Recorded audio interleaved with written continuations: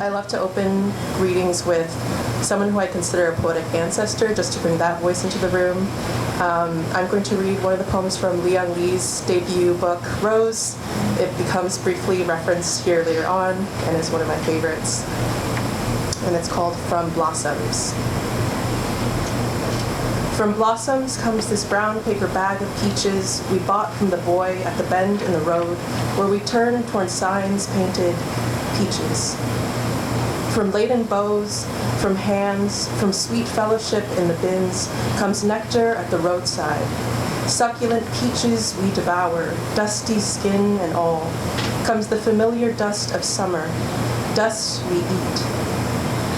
Oh, to take what we love inside, to carry within us an orchard, to eat not only the skin but the shade, not only the sugar but the days, to hold the fruit in our hands, adore it, then bite into the round jubilance of peach. There are days we live as if death were nowhere in the background, from joy to joy to joy, from wing to wing, from blossom to impossible blossom, to sweet impossible blossom.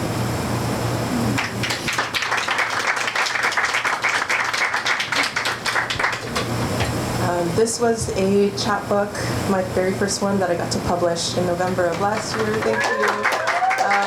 It was through a really cool project by a local Philadelphia bookstore called The Head in the Hand, and they had a whole series where they brought in a bunch of different poets and visual artists.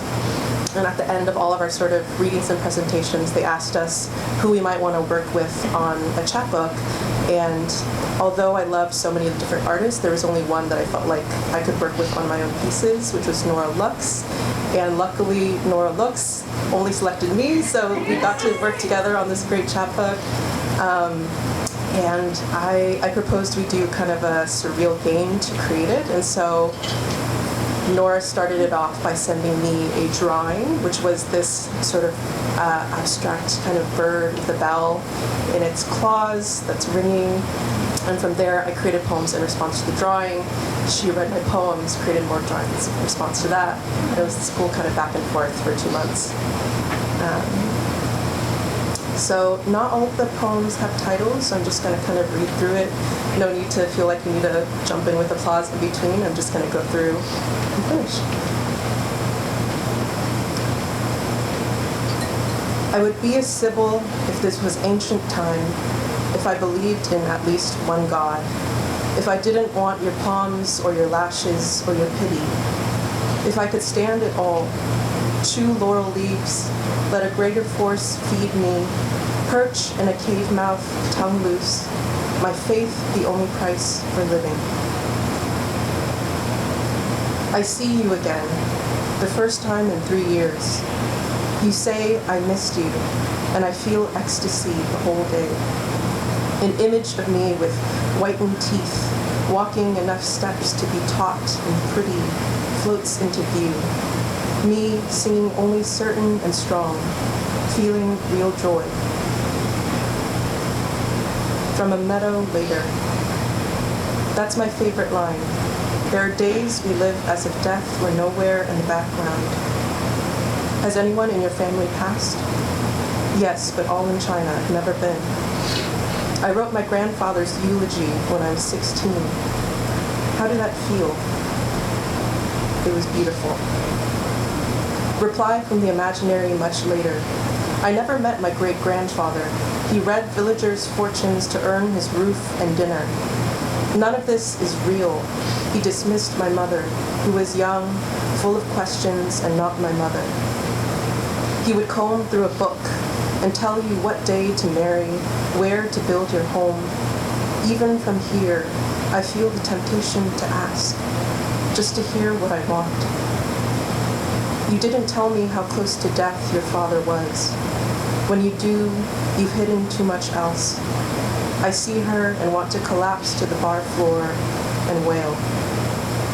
After the meadow, I pull seeds from my hair, walk circles in the rain as my eyes grow pink by a gold chain that tightens around my neck. I was in love with the thing to write about at first and last breath of the day. I was in love with an audience to speak to, dress for. I was in love with leaving myself behind, with a relief from pain.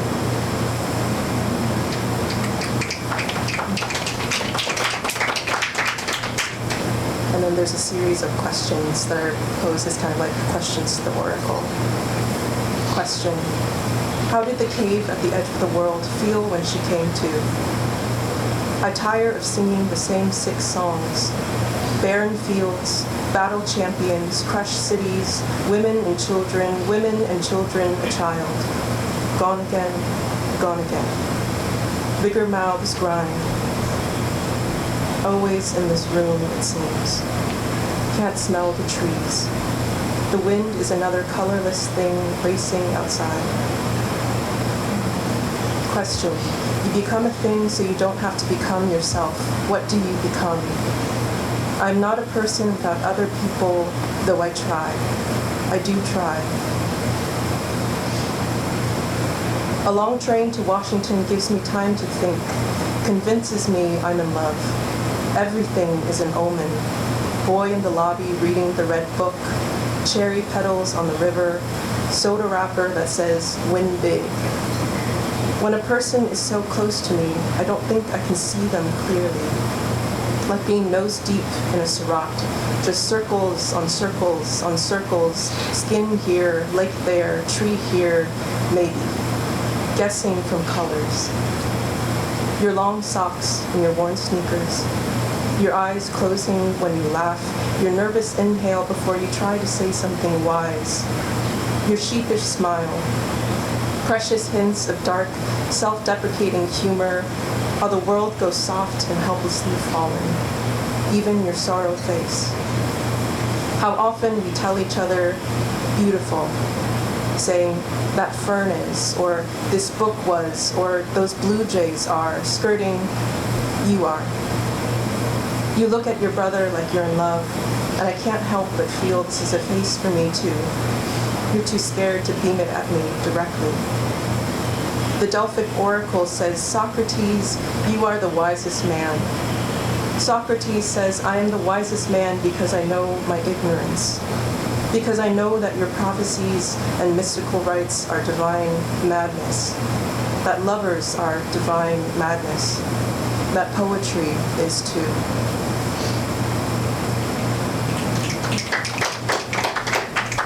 Question: what can a Sybil say when no one is around to request the future? And then I'll just read a few from the second section. And the drawing for this part is a figure with ripples of water and a cloud and some water running through the middle of the figure.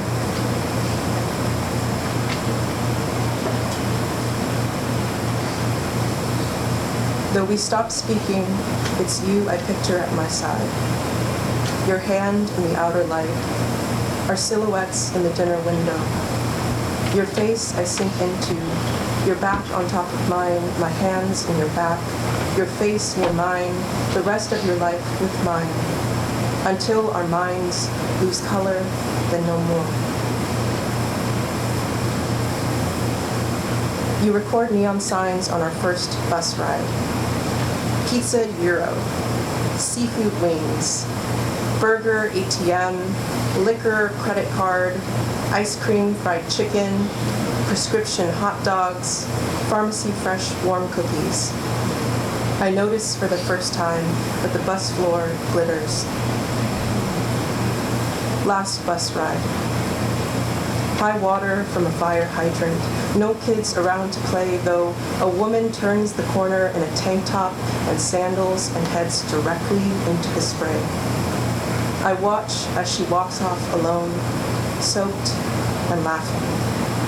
Thank you.